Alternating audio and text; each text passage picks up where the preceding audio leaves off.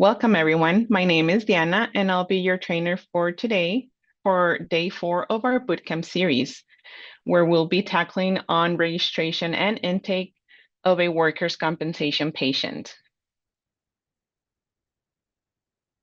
On day 3, we went over the ring swing section, and for day 4, we're training on the ropes course section of the camp. Here, we'll strengthen our grip on the ropes to verify the employer's workers' compensation coverage. So this will help reduce denials caused by incorrect payer classification. It's crucial for you to identify a workers' compensation patient during the registration and intake process to ensure you bill the correct carrier, verify if there are network restrictions, send your medical bills timely, verify if there are any pending disputes. That way you minimize any delays or denials on your medical bills. We would like to remind you that this presentation is updated as of today, March 5th, 2026, and is for educational purposes only. We want to remind you that the system participants are responsible for knowing and complying with the Texas Labor Code, Texas Administrative Code, as well as Texas Insurance Code.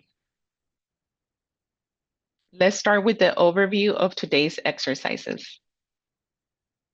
We're going to first tackle the risk of not identifying a workers' compensation injured employee. Then we'll go into intake questions to ask during patient registration. And we'll end with how to verify an employer's workers' compensation insurance coverage. It's always a risk to not know how the Texas workers' compensation coverage works. So let's go over a chart with the types of coverage there is. Under the employers that have workers' compensation, which are subscribers, we have employers that buy coverage for their employees through an insurance carrier. Then we have the employers who elect to pay for their own losses instead of purchasing a policy with a carrier. We call these employers certified self-insured. These employers have to apply with Texas Department of Insurance to become certified self-insured. Then we have governmental employers like school districts, cities, or counties who are self-insured and cover their own losses. Some elect to join a pool with other governmental employers.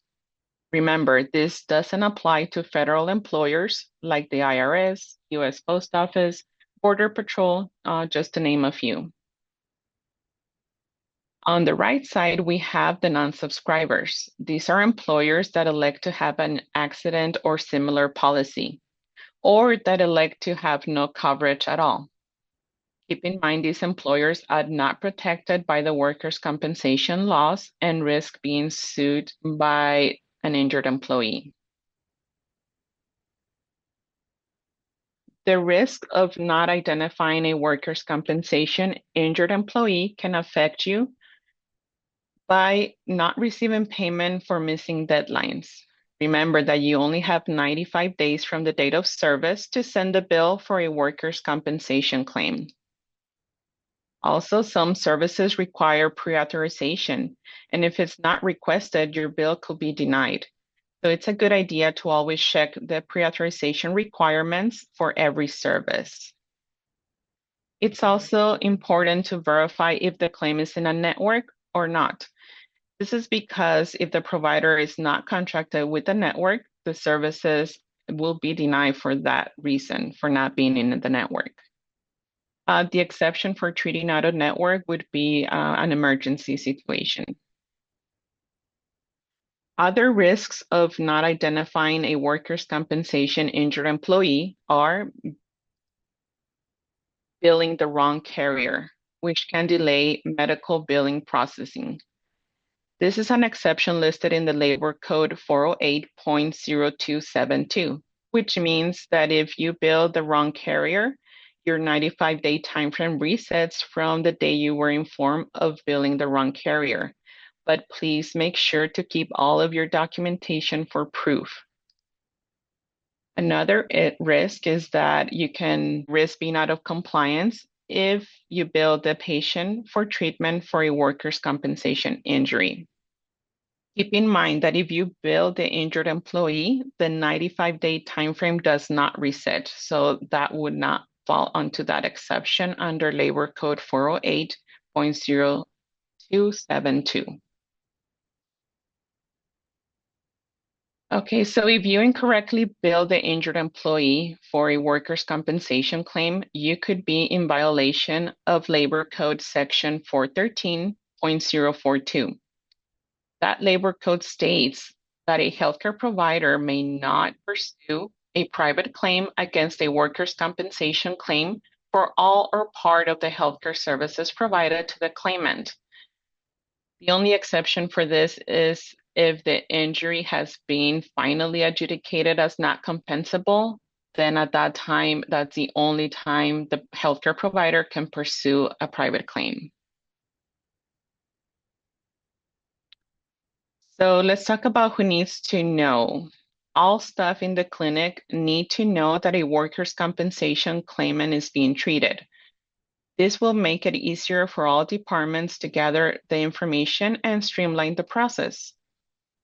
For instance, scheduling staff, they are the first ones to start gathering important information, such as if the patient's injury is work-related, and if so, verify if their employer has workers' compensation coverage. Then the front office staff takes another opportunity to collect any missing information and verify that the information that it's on record is current and correct. And this information includes, again, if it's a potential workers' compensation claim, there are times that if you discuss copay information, this will prompt the patient to indicate that the injury is work-related. If it is work-related, then you verify that the employer has coverage. And if they do, this is an opportunity to verify if an adjuster has been assigned to the claim, as well as the network status of the claim. If the claim is in network, verify that the provider is contracted with the network. As far as the clinical stuff goes, they should know that they're treating a workers' compensation claim so they can provide all the documentation for the billing of the services. Also, they should create a treatment plan, manage referrals, and maintain communication with other providers as needed as per the workers' compensation guidelines or the network guidelines. They should always be aware of any pre-authorization requirements and request pre-authorizations as needed. For the billing staff, they should gather carrier information from the intake staff. Also, they should gather treatment information and documentation from the clinical staff, as well as pre-authorization numbers when applicable. They should bill usual and customary charges, and they should complete medical bill correctly and submit medical bill within the 95-day timeframe from the date of service. The accounts receivable staff should determine reimbursement amount as per the network contract or the division fee guidelines. They should read the explanation of benefits carefully and understand claim adjustment reason codes. They should also know the dispute resolution process. For instance, what to do, when to do the dispute process, and how to file for the dispute. Let's talk about suggested questions to ask your patients during the intake process. This can help you gather all necessary information to verify workers' compensation coverage. There is no official intake form that DWC has developed. That is up to your business practice to obtain this information in writing to avoid delays or non-payment. During your intake process, it's important to ask all patients for specifics like, how were you injured? Or when did it happen? This is particularly important because the coverage is always based on the date of injury. You may want to ask this question more than once and document the information or get their answers in writing in case any issues arise, and you can show the carrier you did your due diligence to gather the information. Other intake questions to ask are, is the treatment they are seeking for a work-related incident? Where were they when they got injured? Or who were they working for at the time of incident? Now, as a side note, we want to let you know that if a patient says the injury is job related, but wants to file under the health insurance, just understand that the health insurance carrier or HMO, for example, they are not liable for a workers' compensation injury. And if you bill them and find out that this is a workers' compensation injury, they might ask for the money back. Also, sometimes patients say that the injury is not job related. Get that in writing and get their signature on the intake form. This will help you prove you did your due diligence in case the patient later says that the injury is in fact work related. Ask the patient if their employer has workers' compensation insurance. It's likely that the employer might have already informed them that an injury report was filed. You also want to ask the patient if they are employed by a public employer like a school district, county, city, or state. This is important information because public employer coverage is found under the self-insured government employer link on our website, and I'll show you that in a few minutes. Also, these employers sometimes handle their claims in networks or in a pool with other government employers, which means that you have to verify if you have a contract with the network. Asking the patient if they are required to get healthcare for their work-related injury through a workers' compensation healthcare network can help you determine if the claim is in a network.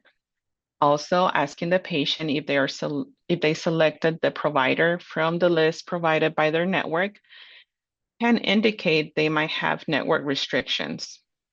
This will help you identify network claims and ensure you have a contract with that specific network.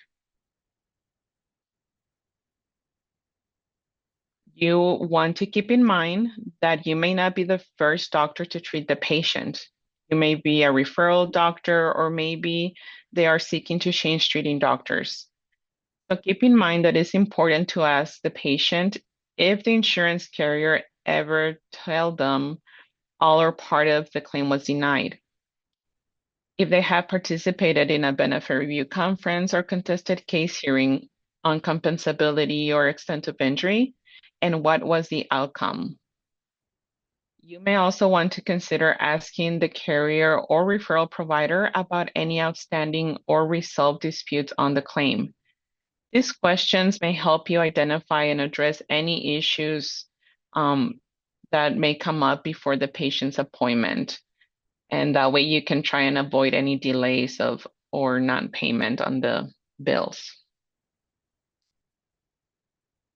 Let's move on to coverage verification. Once you have gathered all the key information, you can begin verifying the employer's coverage. Again, this is the employer where the injury or incident occurred. The injured employee could have changed jobs or lost their job at the time they're seeking treatment. The employer is the insured and the claim is the injury.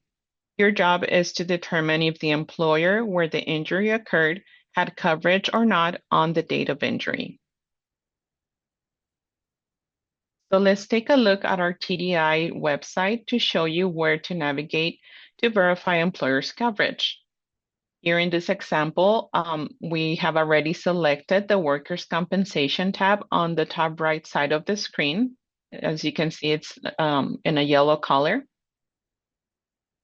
If you look at the section that says I want to, there's 3 columns with bullet points. And on the third column, on the right, the second bullet point says verify employer coverage. This is the link you select so we can get to the employer coverage verification page. So this is what the page looks like. And on this page, you can see the different links there is to verify the different types of employers as we identified earlier in the presentation. We first have the subscribers. This link will help you find employers that purchase workers' compensation coverage with a licensed Texas insurance carrier. Then we have certified self-insured subscribers.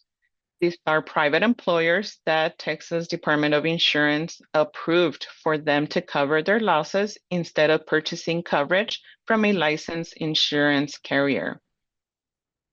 Next, we have the government self-insured subscribers.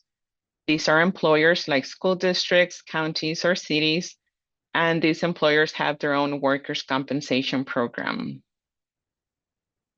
Then you have the non-subscribers, which are employers who choose to not have workers' compensation coverage. Lastly, if you don't find or you are not able to locate coverage with these resources here, you can send an email to coverage.verification@tdi.texas.gov. Make sure your email includes the employer's name, employer's address, and the date of injury so that team can search for the employer's coverage and send you that information. For our next example, we use the verify coverage at Texcom link under the subscriber covered by licensed Texas insurance carrier. So it's going to be under the first option, the first bullet point that you see there. It's the Texcom NCCI website link. And when you click that link, this is what the page looks like. On this page, you have to click accept. Then it takes us to this page. The system here, you have to select Texas for the state, then enter the date of injury for the coverage state. Again, the date of injury is very important to ensure there's coverage for that specific date of injury. And then here you also enter the employer's name. Then the search button will be not grayed out anymore, and you'll be able to click on it to get that information. Now, as a side note, I want to point out that on the top where it says employer, on the right, you have a tab where you can look up the employer's coverage with the federal employer identification number. Or if you go one more tab to the right, you can look it up with the address. Those are other two options. So after we click search, this is what the page looks like. And for today's example, we looked up the employer Tesla with a date of injury of December 7, 2023. As you can see, we obtained some results. You always want to make sure you select the employer with the correct address. In some instances, some employers have franchises and they can have different insurance policies or insurance carriers depending on the location. So if we once we select the correct employer with the correct address, this is what the page looks like. And it shows here that for Tesla Energy Operations, the carrier is American Zurich. Now, you would always want to click on this blue link that says click here for claim processing information to obtain that information as to who to contact. But before we show you that, I want to show you how in Texcom, you can also search for employer verification. So in Texcom, under the main menu on the left side, the third link says locate covered employer. When you click that, it's going to take us to this page. And here there's two options. You can search for an employer that has purchased coverage with a licensed Texas insurance carrier by selecting the top option. But if you know the employer is a governmental entity, like a school district, city, or county, You can search for that employer on the self-insured government employer link, which is the second option. Again, here we would select the top one, and so it will take us to that page that we were just on. Now, once you click on that link, the blue link that I mentioned to you under the carrier's name or the claim processing information, this is what the page looks like. We're continuing with the same example where the insurance carrier is American Zurich for the employer Tesla. And for this example, the carrier has submitted all the information for their departments. So you see that they have contact information for claim adjustment, coverage verification, medical billing, pharmacy billing, pre-authorization, and workers' compensation healthcare network. Just keep in mind that other carriers might not have all this information filled out, so you may have to do a little more research on that.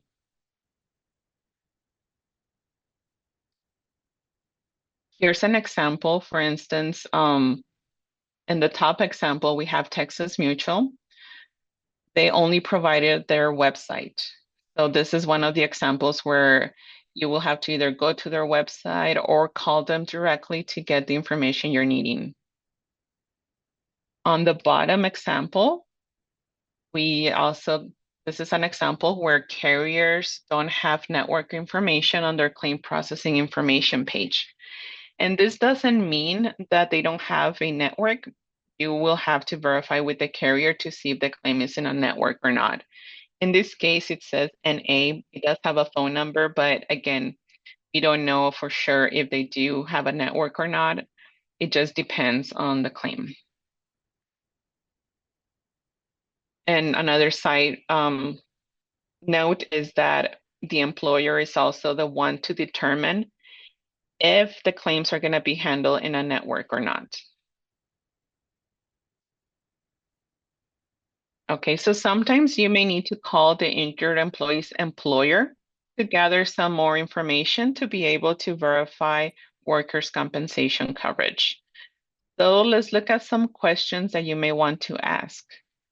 For instance, do you have workers' compensation coverage? Again, this will confirm if they have coverage for the work-related injury.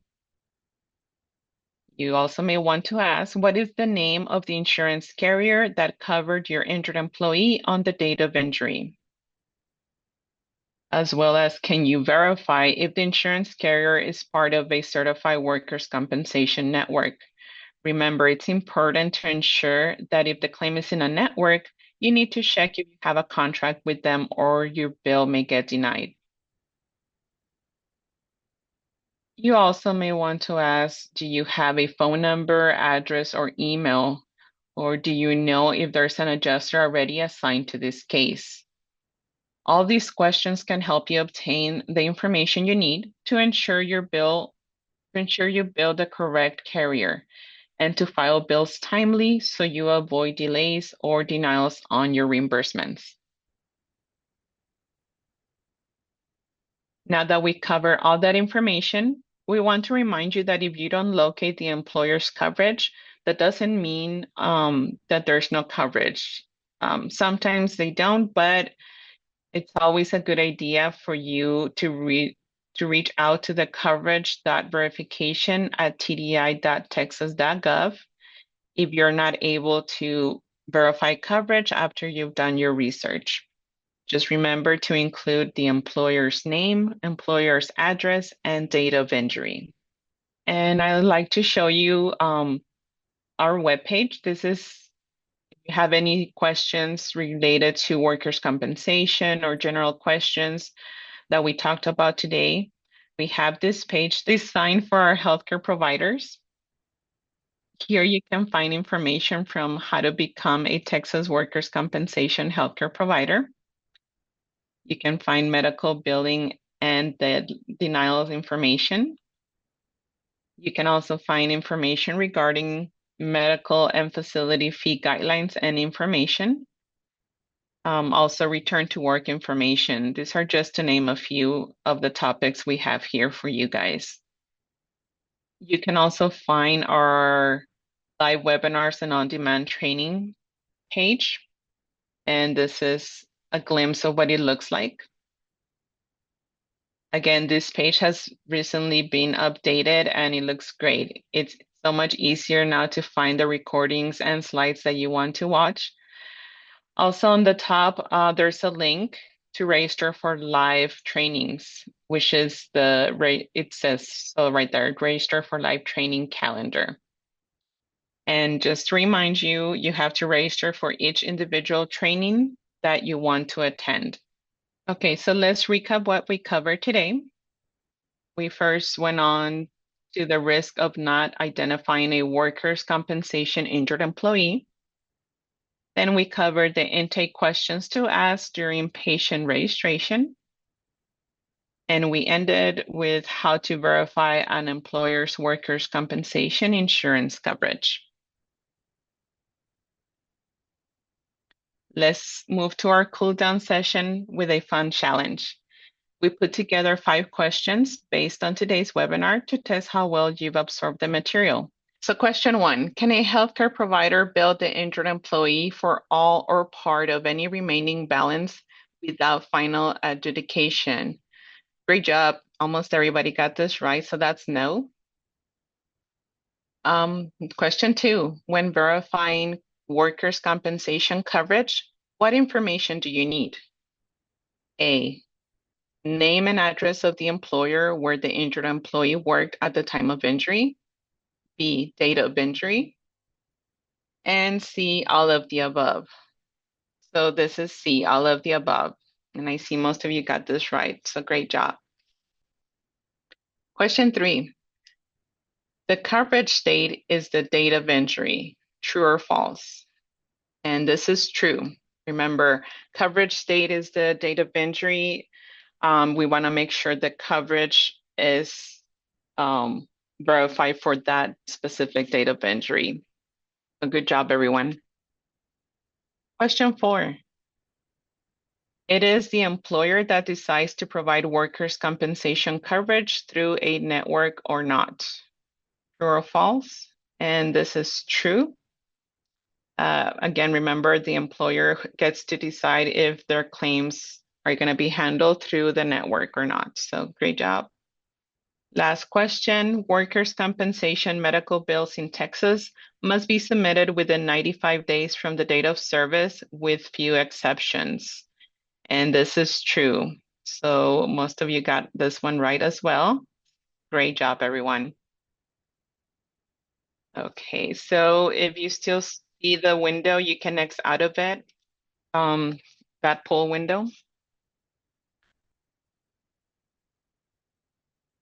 Okay, so for day 5 of our bootcamp, we'll train on the unstable bridge section of the camp. That's where we'll train on pre-authorization, medical necessity, and utilization review. The learning objectives will be to determine what medical services require pre-authorization, know the steps to request pre-authorization, as well as understanding how to appeal a denial for pre-authorization. If you have additional questions, you can call our ComConnection line, which is 1-800-252-7031, option number 3, or you can send us an email at comconnection@tdi.texas.gov. Thank you so much for watching today.